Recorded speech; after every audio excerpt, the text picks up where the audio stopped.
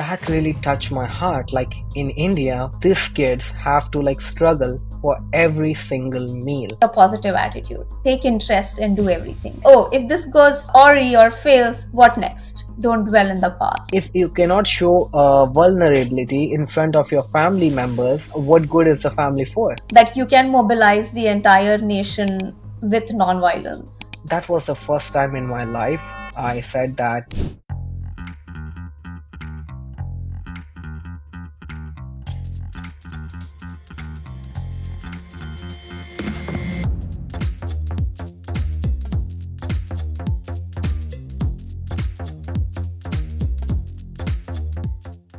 Hi, and welcome to Indian Explorers. In this podcast, we talk about Indian success stories.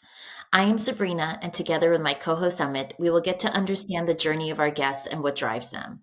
Their optimism, patience, idealism, and courage, these are their attributes which we hope to bring to life in our conversations with them.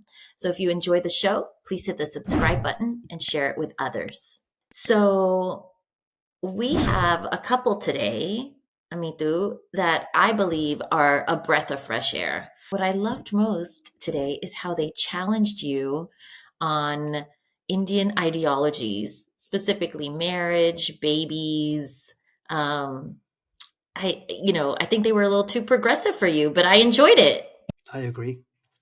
Yeah. I agree. They are a bit too progressive for me, but I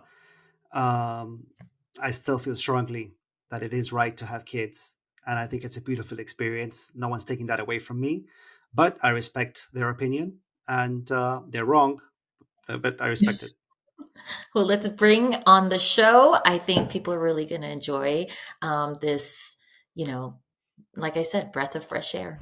So today we welcome Nidhi Gani and Ankitt Agarwal. They are the founders of Force, the foundation of research in careers and education. Force is a nonprofit empowering students to build unique and purposeful careers with 21st century skills. Nidhi works on regulatory digital health and cybersecurity by day and turns her attention to Force at night, while Ankitt recently quit his job as an engineer to focus his attention on Force and to pursue his passion in education at Harvard University. Their work is inspired by educational inequalities in India and personal experience. So let's learn more. Welcome. Hi, guys. Hello. How's it going? Thank you for a beautiful introduction. You guys are in India because you're helping people in India, or where are you guys based? So we are based off of in US, and our entire platform is virtual. We currently live in Massachusetts, Cambridge, and we moved here about 10 years ago to the US, and ever since been in this area, moved around a bit, love Cambridge, and now because we just want to, I think, contribute back home, and we don't want to move back home yet. So that's why we set up this career development program, and we want to do it virtual because it will also give us the freedom of movement. Got it. Sabrina, if you don't mind, I wanna start with the back home. Last night I think I did about an hour on TikTok binge watching the Ambani Wedding. I mean, the things I saw for that 1 hour were just mind blowing. So, I want to know what Ankitt and Nidhi think of back home, because they're now in the US. They're helping people in India. So maybe Ankitt and Nidhi, if you can tell us, where in India are you from, or where your parents from? And then each one, your thoughts on that small Ambani wedding. Ankitt, why don't you start? Yeah, I can start. So talking a little bit about my background, and I'm glad that you mentioned about the Ambani wedding, because there's a dichotomy, right, of rich and poor in India. So this will paint a picture. So I come from a very small village on the borders of like India and Nepal in Uttar Pradesh. And I was born there, but when I was 3 years old, I was transported to Karnataka, where the standard of living was much higher, the access to education was much better. And I was fortunate amongst my village people to get out, because I come from a place where there was no sanitation, no access to roads, there were no public roads, public toilets, no electricity. In fact, only recently we have got that. So it was a very remote town, and only because my father's elder brother could move out when he was studying and he got some good scholarship during those times. He got an opportunity to go out, and that's when my grandfather decided that if he continues to live here, he's gonna rot here as well. So that's when they decided to send me to Karnataka, where then my uncle was living, and I have always and since then I've grown up there. There I got like good education. I got to go to schools, and that was the first. It changed my life forever. Today, everything Sorry, that I sorry. am is because of that. So when you say Good, transported, good. how old were you when Yeah. you left the village and you went to Karnataka? So I was just 3 years old. I still remember. Uh, I did not even know what was happening to me, and at that time, it used to take like 3 whole days to migrate from that small village, because first I had to take a bullock cart to reach to the railway station. That's a From rickshaw? there, I had to take no, that's like a bullock cart. Bullock cart is like it driven by oxes, and on Oh, the back you sit along with all your luggage. So they ox will as in take the you animal. from the village. Yeah. Yes, ox as in the animal. Yes, bullocks. And Yeah, that so still you sit happens on today? that, and then That's what I was going to ask is today, not do they today still use because that? Okay. This was now today they very have long time roads. ago. Yeah, this was in I think the 1990s, and then they would drop you to the railway station, and from the railway station you would go to the central railway station, which is in the capital city. From there you would take a overnight train to reach to Bhopal, and from Bhopal you would take another connecting train in the middle of the night at 4 a.m. to reach to Karnataka, Belgaum. So, and So it took entirely 3 days of journey if the trains were not running late. Yeah. so at 3 you leave your mom, dad, siblings if you have any. And then how often did you go back home or meet your family? I did not, because I did not have the luxury to go back to home, because my parents never invited me, because they were not living the kind of life that they wanted me to see, and they were always busy working around the clock. Even I did not have that opportunity to go back, because during the summer they wanted me to be like doing some other activities rather than just visiting home. So for me, until I was like of adolescent age, I used to only talk to them on the phone once a week, just asking them how they are. And I do not even have like too many recollections of those times, because I did not have anything common to share about. They used to just ask me like, how am I doing? And I used to say I'm good. I remember they used to give the phone to my younger brother, but we both did not have anything in common to talk. We used to just ask either other, are you doing well? That's all. Our accents were different. Our entire lives were different. Wow. So let's then ask you about the Ambani wedding. What Hmm. Oh, you know, the reason why I ask is because I've heard a lot of criticism that Yeah. how dare they spend this kind of money in India, whereas I think the Ambani wedding helps India in terms of the image, in terms of attracting foreign direct investment, in terms of showing that Indians can open the door to anybody, whether it's Zuckerberg or anyone famous. So I think there is a positive side to the extravaganza wedding. But what do people in India think about the wedding and So I yourself? I would disagree with that a little bit, because if you see the highest number of billionaires in the world come from United States, but you still don't hear about the kind of weddings they have, and they spend lavishly. The kind of weddings that they do is like completely different. I think they are the ones who really push the boundaries. Like some people have gotten married in like space, in underground waters, and that's the kind of wedding that I would like to see. I understand that the Ambani wedding is extravagant and they did it in the Indian culture, all that stuff, but I still do not like the fact that they have to call the entire Bollywood to dance for them and then block all the roads, do such a show and pomp. Yeah, one way you can say that it helps the economy, but on the other hand, I would say that not worth it. Okay, Nidhi, give us your upbringing and background. Which Where do you come from? Can you give us a bit of a background? Yeah. I also grew up in a small town and in Gokak. It's like it's smaller than where Ankit was transported to. But then eventually I moved to where Ankit was transported to, which is in Karnataka, Belgavi. And but when I was in Gokak, I had one of the best schooling systems. It was a CBSE school where we were involved in a lot of activities, and my mother actually was from Belgaum, but she in her 1970s, when she studied law and went into banking eventually, she got transferred to Gokak. And my father was also in Gokak at that point. And so they decided that, okay, we can move there provided they can put me to that particular school. And that particular school was very controversial. It's called the Forbes Academy because during those times, there was a lot of Hindu Muslim fights and riots that would happen. And so that particular area was also very sensitive. But my mother was very hell-bent that she would send me to that school and only then move there. So that school really played a very heavy foundation into my career and who I am today. And fast forward, I moved to Belgavi in my actually 8th standard onwards, and there life was a little different.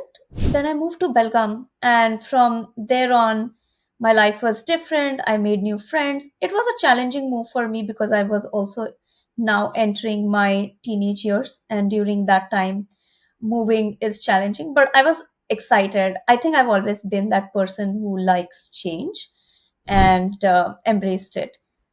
And Got going it. by the Ambani's wedding itself, I want to add on to that a little bit is that, like Ankit was saying, the dichotomy of rich and poor exists. But when there is so much also poverty, I'm not saying that they should not celebrate their weddings lavishly, but it's so much of taxpayers' money that goes into these kind of wedding. And India has been a land of person worshippers, right? They worship people. And this was a testimony to that. I think that's why I don't like the idea of them celebrating with such pomp and show. I wish I Also, was I would invited like to to that. add one thing to that if I can. It also puts a lot of pressure on the middle class to, beef up their own wedding by taking a lot of loan. If you realize that after education, wedding is the most costliest expense of a family. A middle class family pays 20 times more than their annual income to celebrate a wedding in India.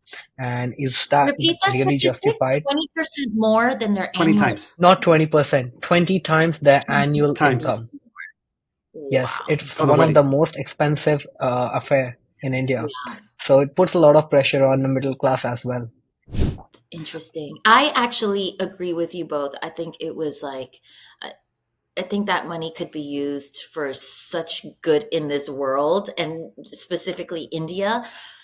And then the flip side is, well, it's their money. They could do whatever they want with it, right? But Yeah. when the weekend of the wedding, it was like all the reels were all them, and I just got sucked in. But I still agree with you both. I'm like, it's too over the top for me. But I couldn't stop watching those videos. Yeah, I disagree with the three of you. I think they did not spend 20 times their income. I think they spent Yeah, yeah, 0.001% of their Yeah, income. Yeah. I exactly. Yeah. think they put India on the absolutely. map. I think they brought, I think they helped the arts and crafts of India. I think they helped the food industry in India, the artists, the Bollywood, You say which they is put a big India on the exporter. map, but that's not typical India. Is But, not but you that see wedding. people dress up, the way that people dress I up, the think India saris, has been Sangeet. on the map for a very long time, right? And for other And this was reasons. not one of the right reasons. Yeah. Yes. I prefer the Ambanis than, I don't know. I guess Usha and Kamala are now putting India in the map as well indirectly through America and Vivek Ramaswamy. But again, today is not talking about Ambani mainly. Today we want to get to know you two. So let's talk about what's next. Ankit, after, the initial period of your life, you're now in America. When did you guys move to America? And are you guys a couple? Are you guys married? Yes. Yes. So we were married for the sake of our parents because when they got to know about our relation, when we were 27 years old, they were like, "Oh, now you have to get married," and we are like, "No, we are happy living the way we are." But then there's like, no, that's not how it works. So for the sake of our parents' happiness, we did get married, but very initially and then suddenly things change, right? We were dressed as like husband and wives. We started to get more respect among our society members. I don't know why. Whenever we used to say that we are married, suddenly they saw us in a different light. But one thing that stuck with us was that we did not like the connotations of like husband and the wife them itself, because we thought that it's very patriarchal. When I address her as my wife, it comes with a lot of baggage of demeaning things that society has deemed. And I also started to look at her with like, okay, as a wife, you're supposed to have like these duties and responsibilities towards your husband, which I was not comfortable with. So that's when we decided that we'll not annul the wedding, but at least we'll not call ourselves husband and wives anymore. What do you call We each just other? are like partners. We just Partners. call But then ourselves like you felt partners. that way even here. You've been in the US for 10 years. You felt that way even here in the US? No, Wow. like it was just I think US is a very conservative society as well. When It could they be. talk about husband and wife, I'll wife you up. It's just very, like it's too conservative, and I don't belong to anyone. I belong to myself, and I Okay. don't want to be somebody's wife. I don't want to own somebody as well as a husband as well. We both are our individuals, and we both love each other, and that should be more than enough for us to be together. Yeah, absolutely. If that's what makes you happy. We've talked to many Indians who've come from India and now live in the US on this show, and you guys are the first who've adopted that mindset, and I respect that. I think that's great. Yeah, I don't. Thank you. I don't. Typical. Yep. We disagree on everything. I think being married is beautiful. I think it means Oh, something. I But being think we it. are partners for them is together. beautiful. Yeah, we live together. We do everything that a marriage is supposed to have. We just don't call ourselves married. That's it. Do you have Yeah. children? Nope. We don't have children, and we Do you also want don't children at some intend. point? We would not intend to have our own children, but we will be adopting at some point, because I think we both really love children, but somehow we don't see a point in producing our own children, because I feel like we all are humans. We are the same people. And if we can both adopt children and make their lives better, I think that would be more beautiful and fulfilling for us. More beautiful than having your own child. Absolutely. Absolutely. I think it's just more noble in its own way as well. Nidhi, Really? my in-laws adopted they're white from the US, adopted 3 Mm-hmm. children. Mm-hmm. The eldest is from Vietnam. Then the Yeah. middle child is Portuguese, but born here in the US. And then my husband, who was born in Pune, and they Mm. adopted at birth. And so I Oh, just think it's wow. like so wonderful. Yeah. Yeah, it's so beautiful. Ankit, what are your I think I. thoughts?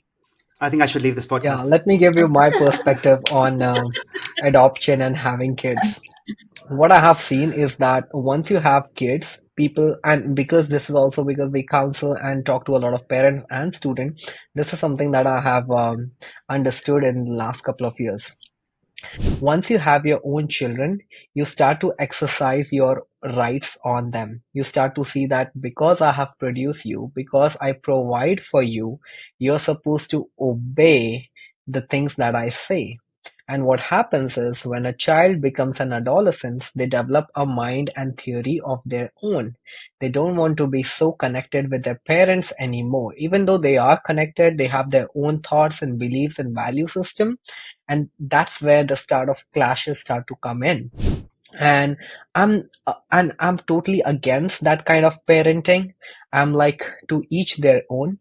Even if you see in the animal kingdom, there's not too much of I mean, they grow their kids to certain age and then they leave it to themselves. But in our society, it doesn't, especially in Indian society, it doesn't really happen like that.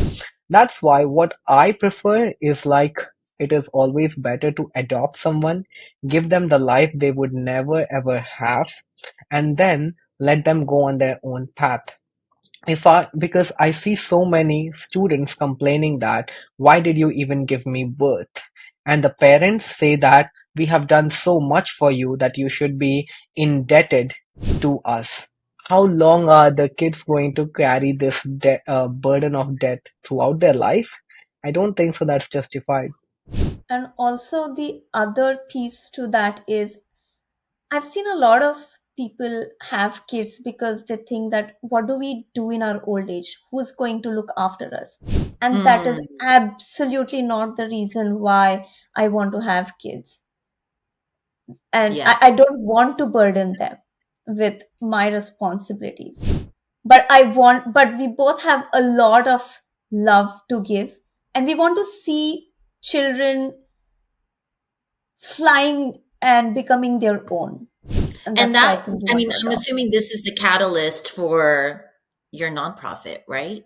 That's what is the catalyst? I mean, you're both in your careers. What makes you decide, you know what, Ankit, you're gonna leave your professional career and start a new one. And Nidhi, you're working day and night now.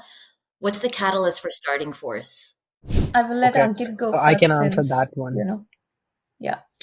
Yeah, and again, this is tied to my background story of like where I grew up. Even today, when I go back, I see when I go back to my village, I am humbled to see some of the students or the kids there, like 7, 8 years old. They go to this dilapidated school of government of which the government provides.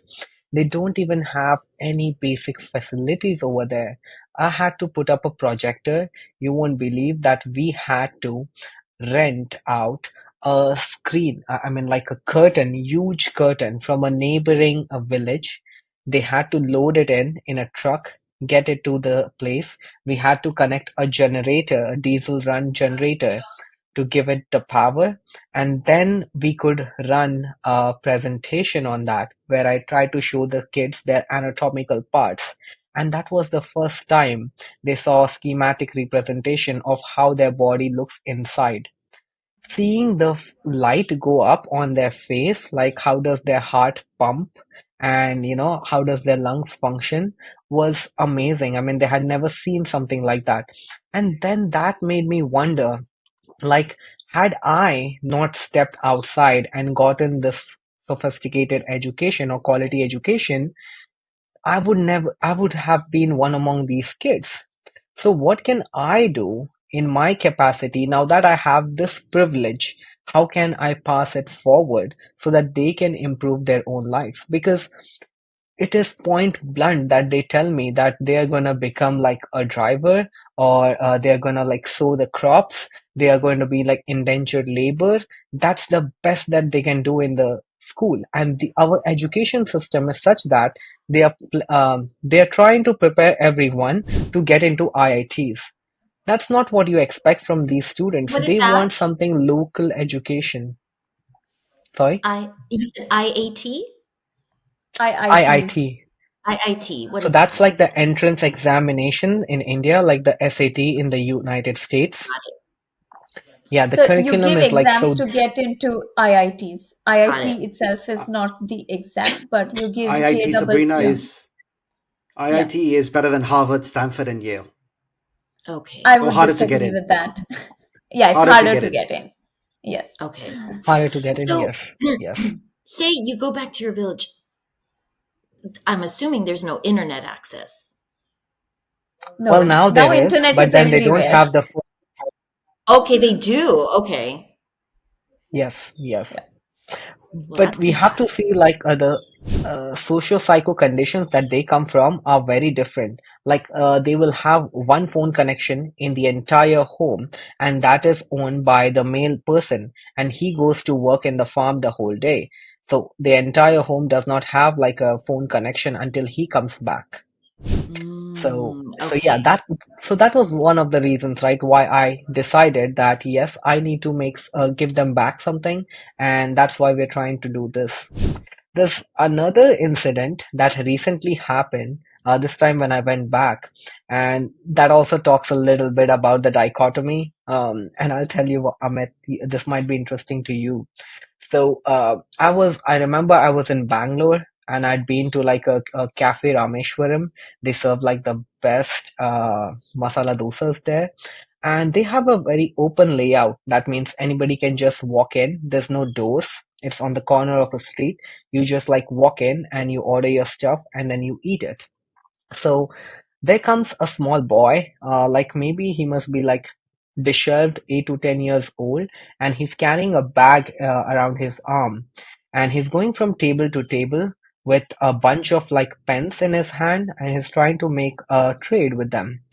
And then nobody's paying attention because everybody's enjoying the filter coffee and masala dosa. And that boy was like a little disheartened. I called him. It was like 12 p.m. in the afternoon. And I asked him, like, what are you trying to do? He said that I'm selling these pens. I give you a bunch of five for like 100 rupees. That's expensive for a pen, but I was like, okay, I'll take it. And then I asked him, like, what will you do with this money? He said that I'm going to feed my younger brother with it because he hasn't had food. It's like, okay, how many have you got in your bag? I'll take all of them. So I took like for something for like 500 and he seemed very happy. He did not try to do like more trades. He just wanted to go back. So I called him again. Hey, what do you want to do when you grow up? He said that I want to get into armed forces, military. And I asked him like military, why? Because he did not seem to have the background, nor did he care about like national security. So I asked him why. He said that, well, I've heard that the government provides free food to all the people in the military.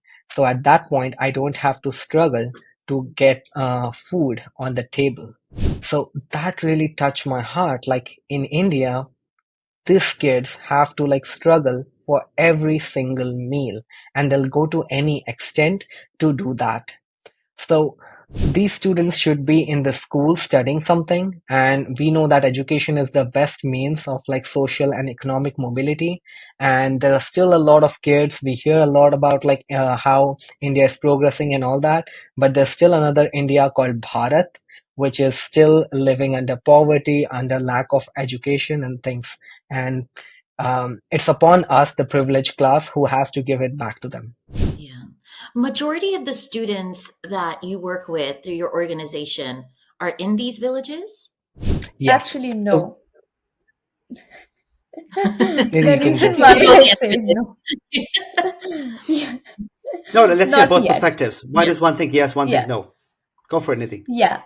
Actually, no. Only because I think the impact always goes from top to bottom. And at this point, we are focused on students who have the education, who have the means to study for themselves. But right now, we are more focused on helping these students become the best version of who they are, right? They don't know anything apart from becoming an engineer or a doctor, or else they're a failure. There is this pressure from the parents, from the society, of only becoming a certain professionals, because apparently that is something that they can command respect from. And that's where we see the current impact that we can be making.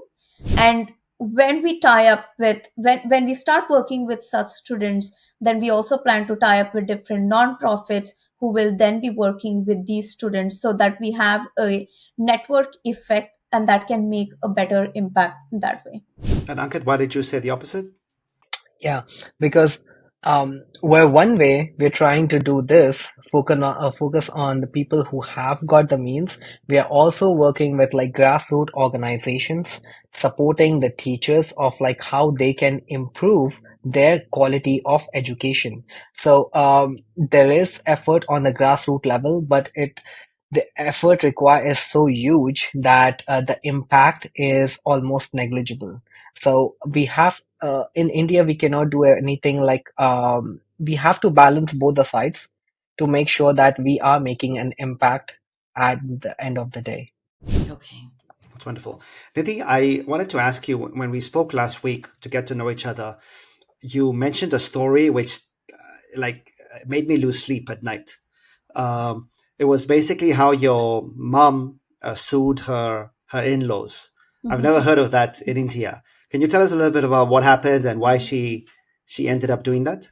Yeah, so my parents wanted to marry each other, and my father's parents did not agree because my mother came from a more educated background and my father came from an agricultural background, and still majority of his family lives in the village itself. And my mother's family is pretty educated. They're agricultural officers in the government. They were also like income tax lawyers for celebrities during those times. And my one of my mother's aunts also trained IS officers, right, as a woman at that point. So they were very liberal and educated. And my mother also studied law, and she particularly enjoyed criminal law, and she interned as an editor for journalism in Belgium. So she was very like forward thinking woman, and Yeah. now she wants to marry my father. So they could not handle it because they wanted a woman who would leave her job and sit at home, which Yeah. initially I think my mother like, yeah, I can do that, just to like get to the point that, oh, agree already kind of a thing. But once they married, and they also like did my father's family did not attend the wedding, and they got married in a temple, which I wish we did too, but unfortunately we did not. And when that happened, so then that happened, and the harassment began, where they would just like come in trucks with people, to like, I don't know what would have happened to my mother, but she would run from the back door, jump a compound or something, like it was literally these things. And at one point she decided that she should file an FIR. And when the police went in and the police intervened, at that point they realized that, okay, we cannot take down this woman and we better got to stop. And my father also did a very nice gesture of giving them all the sweets and everything. And he was like, look, this is all done and let's put an end to it. And he did his job of putting everyone calm together. And yeah, that's how the story goes. But I have seen my father's grandparents or my grandmother actually being very like harsh towards my mother because she had two kids who were girls, and just such stuff. So not as pretty as we thought it would be like. This Yep. is the But script I'm so of glad many that she Bollywood did that. movies. Yeah. I Wow. think Bollywood just reflects what the society portrays, right? Yeah, exactly. Who, if you had to pick one person who's motivated or inspires you, who would it be? I think, oh, that's very interesting because there are many different people who would motivate me for different things. I learn from everyone that I meet. I think I learned bravery from my mother. From my father, I learned just do everything with a positive attitude. Take interest and do everything. He's like, oh, if this goes awry or fails, what next? Don't dwell in the past. Ankit has taught me particularly a lot of kindness. Uh, and yeah, I can mention Rahul since he was on the podcast as well, and maybe he'll feel happy since he's watching this. He taught me the art of moderating well and so much knowledge. And so I think like different people teach you different Have things, inspired you? have inspired me. And Gandhi taught me that you can mobilize the entire nation with nonviolence. Everything can be achieved with love. And nature, the best teacher of all, inspires me the most actually because she she accomplishes everything but with no hurry, and everything gets done. Nature, Wow. she. Nature I is a knew you she. were going to say that. I was waiting. Just like God is a he, nature is a she. I didn't know God was a he, but okay, I'll take your word. No, but a lot of Ankit, them say God is a he. That's why. And I don't agree with genders, but yes. I, I actually appreciate your answer. I think it's really nice. That was a beautiful answer. Yeah, Yeah. sorry I spoiled it. Ankit? No, no, no. Is For there one me, it would for you, definitely. Ankitt? I mean, there are several, but I'll name three of them for now. So, the very first one is my father. And when I say my father, it's not my biological father, but the father who raised me up. So this would have Your to be uncle. my uncle. Yeah, Mhm. my uncle. The reason is because he had two of his own kids, and then he was a guardian to two more kids. And then along the way, I don't know how many other kids did he support in their education, because he wanted to be a doctor when he was growing up, and just because his father could not afford 10,000 rupees at that time, he could not become a doctor. So that's when he went into like different professions, and that's why education was very important for him. He loaned out his entire business savings, his personal savings, just to make sure that all the kids go to school and they get everything that they wanted. So, and I've seen him struggle like day and night without even a frown on his face. One of his sisters, once she was visiting us, and she asked him, like, "Hey, you struggle all your life so much, and you've done so much for these kids. Why have you done it? I mean, look at yourself. You don't even have much money." And then I still remember his response. He said that my kids themselves is my life savings. And I've done enough now that I can rest in peace so that they will take it forward from here. And I was so touched by that because he was a very humble man. So I would pick him for his simplicity and for his forward thinking and always a giving nature. Then the second person I would pick is again my mother, again my adopted mother, because she raised us as if like she would not let anyone put a finger on me. The kind of love that she gives out is amazing. I mean, she's the yeah, like from her I learned like you have to be empathetic towards everyone, no matter whether no matter whether they belong to you or no, if it's your own blood or not. I think that is very important. And she always shared her meals equally among all her kids, even though I was not one of her own, but she always did that. And she used to be like a little extra kind towards me, which I've not seen with many others. And then the third one I would pick is like Nidhi, because the strength that she has and the spirit of like never giving up. I think she's the most resilient person I've ever seen. uh, Despite her debilitating illness that she had a couple of years ago, where she used to like sit up in bed whole night just holding her hands, because I think at that point she was facing a rheumatoid arthritis, and the doctors had said that, okay, this is it, you have to take these steroids for the rest of your life and it's gonna get worse. And imagine hearing that right after her mother's death at the age of like 30 was not an easy thing. But then she fought back.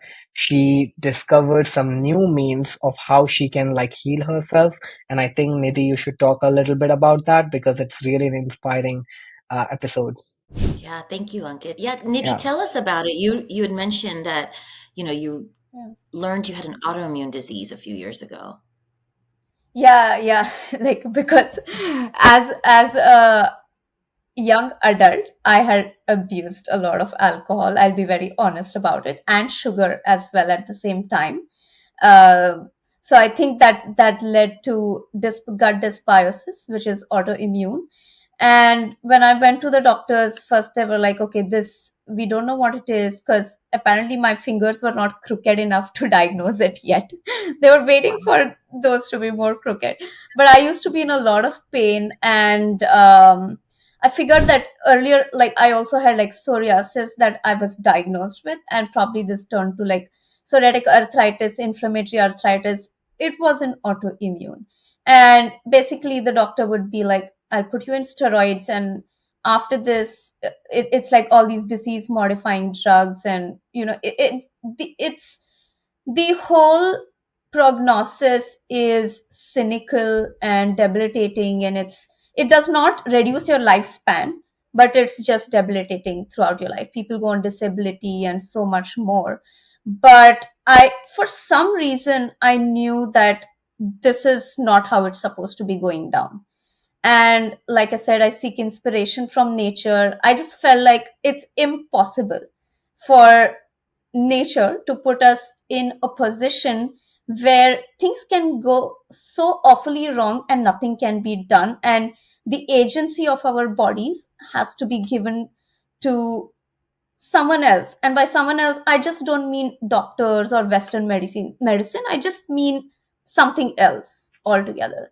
So that's why, I mean, I'm a biotechnology engineer, so I understand biology, I understand chemistry, biochemistry, immunology. I've studied all these subjects, right? So when I started to read into the literature and really understand how the disease works, and I also started to look into what is it that people are not really looking into, like what am I missing here. And then I thought that, okay, what are other systems of medicine saying? Ayurveda, Chinese system, there are different medicinal systems. I wanted to look into those. Obviously I didn't dive super deep, but I started to go through them, what's going on there. And then what is plant based, because I would eat meat, dairy, all of these things.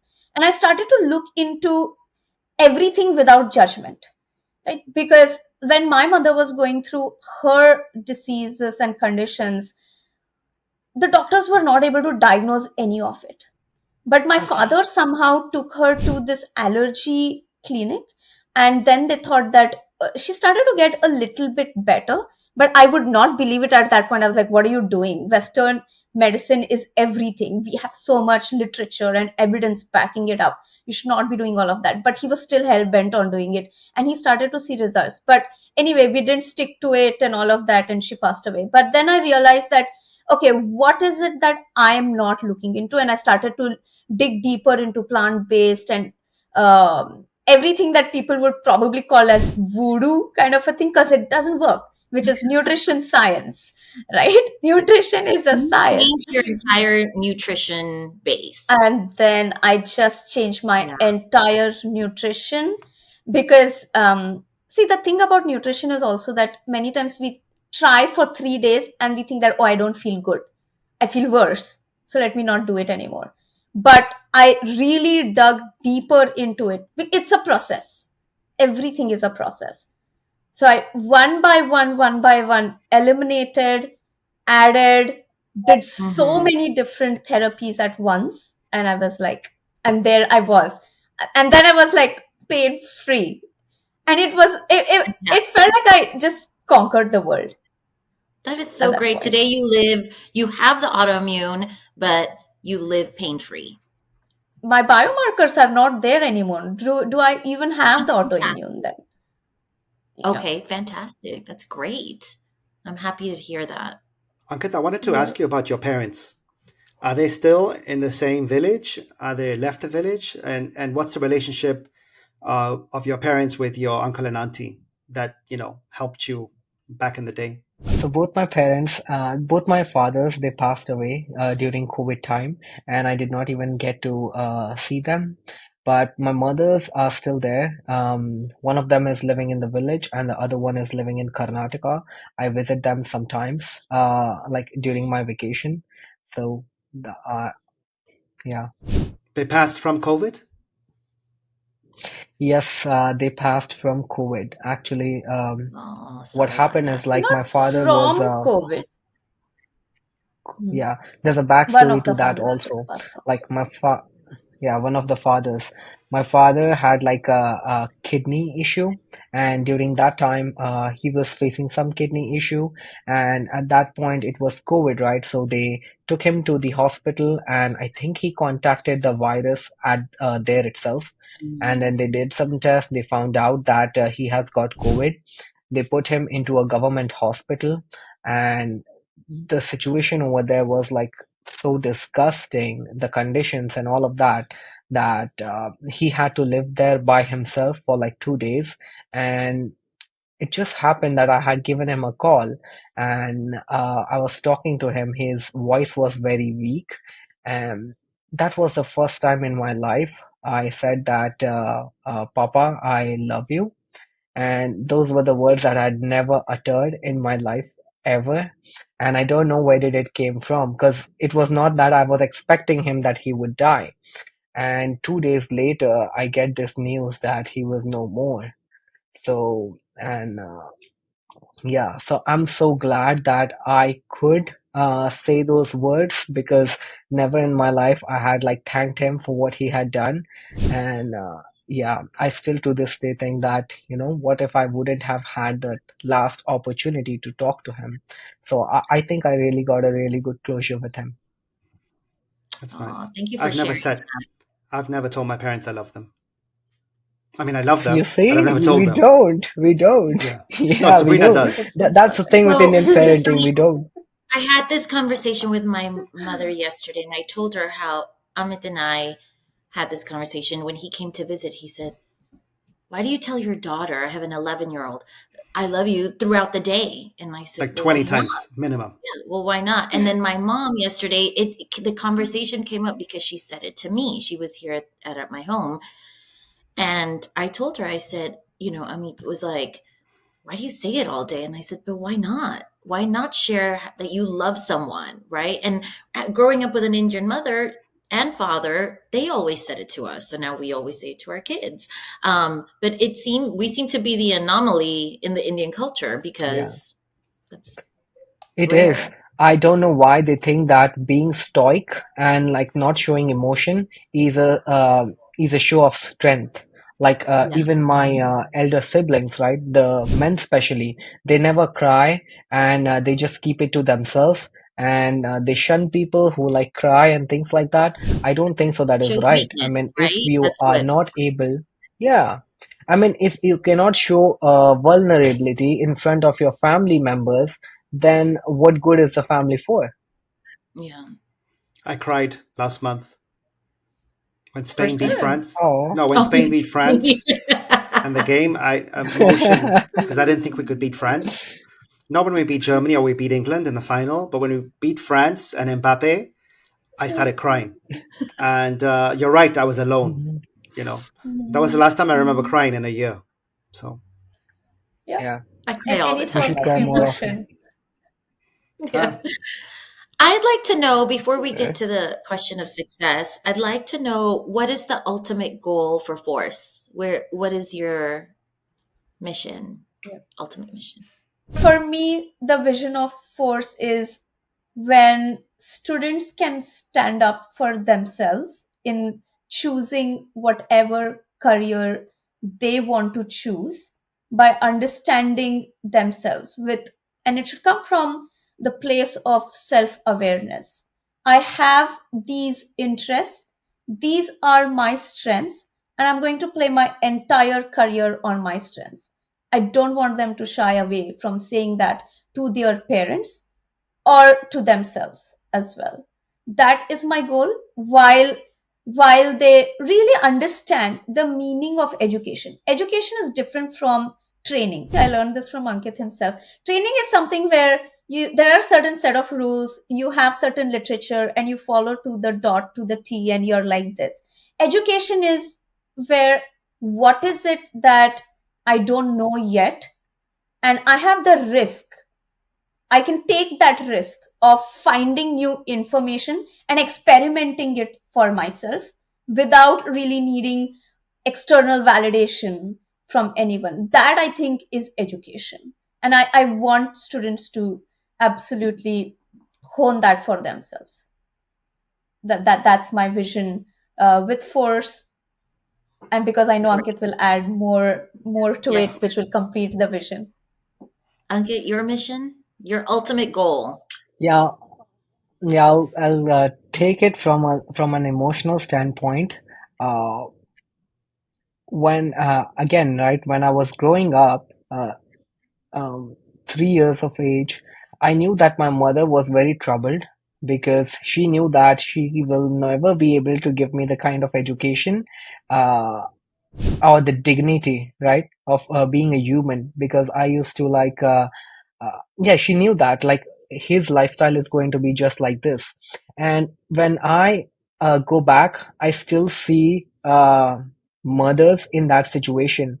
They know that even 7 generations hence, their child will remain like this. Their generations will come out just like this and not be able to do much.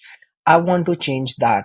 I want to give them the hope that despite being here, we can bring the quality of education to you through which your children can succeed. And by succeed, I don't mean again across migration from like one place to another, but we want to make education such a thing such that it breaks the frontiers and we are able to provide them quality education then and there so they can grow up locally, and a mother has to never detach herself from the kids just so the other one can like grow up to be a good person.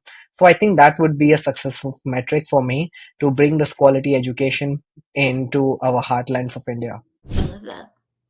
Thank you. Thank you for sharing. Amit, do you want to head to Yeah. success? So, sure. Uh, what's your definition of success? Each one, and has that evolved over the last few years? Yeah, it does evolve like every single day, I think. I have thought about it a lot because I used to be very insecure about who I am and what I have achieved in my life. But then I read some quote somewhere, I don't remember, but I feel that for me, success is getting up every day with excitement and looking forward to my day. And in the end, if I'm able to have a smile on myself and say that, yes, I did it, I think that's good enough for me. And I say that because, yes, I mean, this answer can seem like very repetitive and common, but it is very important for me to feel that, yes, I have accomplished, and the sense of accomplishment should have to be there with me all every single day. Otherwise it breaks me apart, and only once I have that, then it motivates me to keep going and doing more and more and more. Even if I have like a yoga guru with me, and he says that the most difficult posture in yoga is ekam inhale. That means coming on your mat and taking the first breath. And I'll tell you, even in like the dead of the winter, getting up at like 5 a.m. and doing that, it's not easy. So once I do that, my day is already a success. That's beautiful. Great. Nidhi? Nidhi? I think success for me would be having the freedom to do whatever I want, whenever I want, and wherever I want. That I think is success for me. Yeah. No wonder she's in America, the land of the free. I want to go back a second and have a rant, Sabrina. You Oh know, boy. no, because this whole children thing has struck me. Adoption versus having your own kids. I knew it. Because He was shell shocked Been and he didn't thinking utter a about word this after that. since the beginning of the episode. I respect the opinions given on Absolutely. today's podcast. However, I'm not an Elon Musk who needs to have 15 children before I think I need to populate the world. That's not my duty. But Hmm. just like, when you're with your wife who you've married and you've been through a roller coaster of emotions to get to that stage, and you see her lying down and some stranger is putting a machine on her belly, and you see the heartbeat for the first time and you hear it, right? And you take that little photograph, that she's pregnant. And I remember that for my 3 kids. And Hmm. that emotion when you hear the baby first come out and cry, and those 12 hours that you're there with her, and she's pushing and breathing and she's insulting you like this is all your fault. I think life is about those moments. And for me, seeing my baby just started walking, from crawling Hmm. to walking, and seeing a baby grow up, and that you are responsible.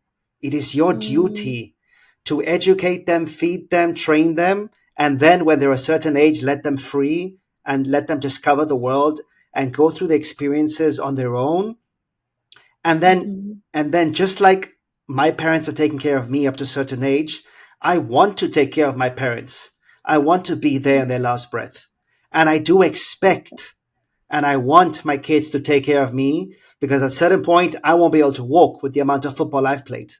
So for me, it is a circle of life, and I don't think it's about freedom or I'm taking away their freedom. I think life is hard. It's about duty and dharma, and I believe in a circle of life and giving my kids the best I can, which means education, shelter, everything. And then every now and then spoiling them and seeing them laugh and seeing them smile and seeing them cry and being there when the first time their heart gets broken. I think life is all about those emotions, and those are the things I remember. My friends are turning 50 now. I'm 47, and everyone's throwing these big parties and getting drunk. For me, when I'm 50, the only people I want to be with are my kids. Sure, I want my friends there, but I want my friends' kids to become friends with my kids, and then seeing them grow up and do all the stupid things that I did with my friends. Right? So I think that's life. And I don't think there's anything wrong with, wanting to have children and wanting to be married to the same person all your life. I think there's something beautiful about that. And I wouldn't change that for anything. Absolutely. I just want to add to that. We will be doing everything that you just mentioned, all of it. Yeah. Just not pushing a baby from my vagina. Yeah, that's exactly what I was thinking, Nidhi. You're doing the exact same thing, just in a different way. Sure. And can I recommend everybody watch Presumed Innocent on Apple TV? I finished it last night. And what's the name? Presumed Innocent. Presumed. Did you ever watch the Harrison Ford movie Presumed Innocent, which this is based on? I did. Okay. Well, yeah, I prefer the show, but I did remember that. And I love Harrison Ford. Presumed Innocent on Apple TV. It finished last night, so you can watch the 8 episodes in one night, literally. And it's all about family and affairs. So it's I enjoyed it. What made you think of that after telling us? Because of the bond of the family, despite the guy having the affair, and how certain elements in the family were involved towards the end. So let's leave it at that. Okay. No spoilers. Okay, rapid fire. Sabrina, go ahead. Yes. So how do we do it? Since there are two of them, so each one answers quickly? Sure. Quick answers. Okay? Yeah. First thing that comes to your mind. Well, let's start with Nidhi. So Nidhi always answers first. Okay, Nidhi, what is something you've always wanted to do but haven't had the chance yet? I want to go to Antarctica. Okay. And I wanted to take a space flight. Oh. Soon you'll do it. Me too. Yeah. $250,000. Is that what it is? Yeah. Okay. I want to join you guys. I don't. I don't want to go there. Nidhi, describe yourself in one word. Resilient. Ankitt? Irresistible. Irresistible. Very cool. I was going to say passionate, but I like that. Irresistible. If you could instantly become an expert in something, what would it be? Discipline. Okay. Crocketing. Really? Yes, I've seen people do that. It's so therapeutic, and I'm like, yes, I want to be able to do that, but it takes a lot of practice and stuff, and I haven't had the time to give to it yet. Yeah. Ankitt, your answers are really something. You're a special kind of guy. I respect that. Okay, if you could have one superpower, what would it be? To vanish. I would want to have like an invisible cloak, so I could go. I really have this thing of like I want to see how decisions are being made in like panic rooms and big war rooms and all that. Is that the same answer? So, yeah, very similar, right? Yeah. No, I don't think so, because I know from where. Yes. I am. She wants to run away from her problems. Like if you're in a bad meeting, like a meeting that's boring you, you're just like poof, gone. Yep, exit from the situation. That's funny. Okay, what is your favorite book or movie? Or TV show? I barely finish reading my books. I start all the books, but never finish a book. My favorite show also Come on, rapid fire. probably would be She wants Abstract. to vanish. She wants to vanish right now. Yeah, this is exactly when I want to vanish. I think Planet Earth was nice. Planet Earth. Okay. Is that Ankit? the National Geographic or is that a movie? It's a documentary and also like series of documentary. It was narrated by David Attenborough. Oh, okay. Okay. For me, it would have to be a movie, Remembrance. It's a World War II movie where like two lovers are like separated and they reunite after the war gets over, and they still remember each other's touch and things like. It's a very touching movie, a romantic Oh, a World War II movie. romantic. But are they both Yes. allies or one's German and the other one's an ally? No, I Both are think they German. both are The Germans. Yeah. German? Both are German. Okay, Yeah. Yeah. got it. Okay, last question. If you were to be buried in a tombstone and not burnt, what would the words be on the tombstone? What would you like them to be? What's the legacy? I'm never gone. I'm never I'm gone. I'm never I'm gone. never gone. Yeah. I The think it's person who enough vanished. gory. I know. It's enough gory. It's enough scary, and it's like I'm still here. I'm never gone. Okay. Oh my gosh. I like it. Life is larger than 6 feet of a tombstone. That's a good one. Very cool. You Okay. know, I was just in Boston with my family a few weeks ago, and I mean, I went to law school in New England, been to Boston many times. We've never done this. So, my husband, my daughter, and I did the scary night tour, the ghost tour. We had a blast. If you have never done that, go do it. It is so much Oh, did you fun, and go to everything's like the natural. Salem? We did In not the go to Salem, not in this Okay, trip, but we did the Boston Ghost Tour. Highly recommend it. We Ghost had Boston a tour. ghost blast. tour. Okay. Okay. Yes. Okay. Yeah. Yeah, Cool. Nidhi is scared of ghosts for some reason, but I think that she would also scare them. I'm not. I used to be scared as a kid, and then I trained my mind that ghosts are just like they don't exist, and so don't bother about it. Yeah. Kind You of just whatever. Well, I think we've passed the hour. The only thing left is to say thank you. It's just been interesting for sure, and I like what you guys are doing with Force. And I wish you guys all the best. May the Force be with you, as some would say. Thanks. My Jedi power. did you think of that one off the spot, or Just you've now, been I was working? going to say bye, and I remember their organization is called the Force, and I was Yeah, watching the Acolyte last night. So I love it. the f- No, so seriously, thank you guys. I appreciate how personal you were today. We loved hearing your story, so thank you for sharing yourselves with us very much. Thank you for Thank you for inviting having us. us. It's been Yeah, we an love honor the to be here and conversation as share our well. stories. And thank you for challenging Thank my you. co-host. I enjoyed watching that. what challenge, Sabrina? It was a deep thought throughout. I could see it. Everyone, We could go hear have more it. babies. Everyone, go have more babies. Go make more babies. Alrighty, Just not your let's own. cross Follow, our genes. follow Elon Musk. Oh my gosh. Thank you, everyone. This has been a great episode, and we hope you enjoyed it as well. Please subscribe and share it with others. Have a great day. Ciao.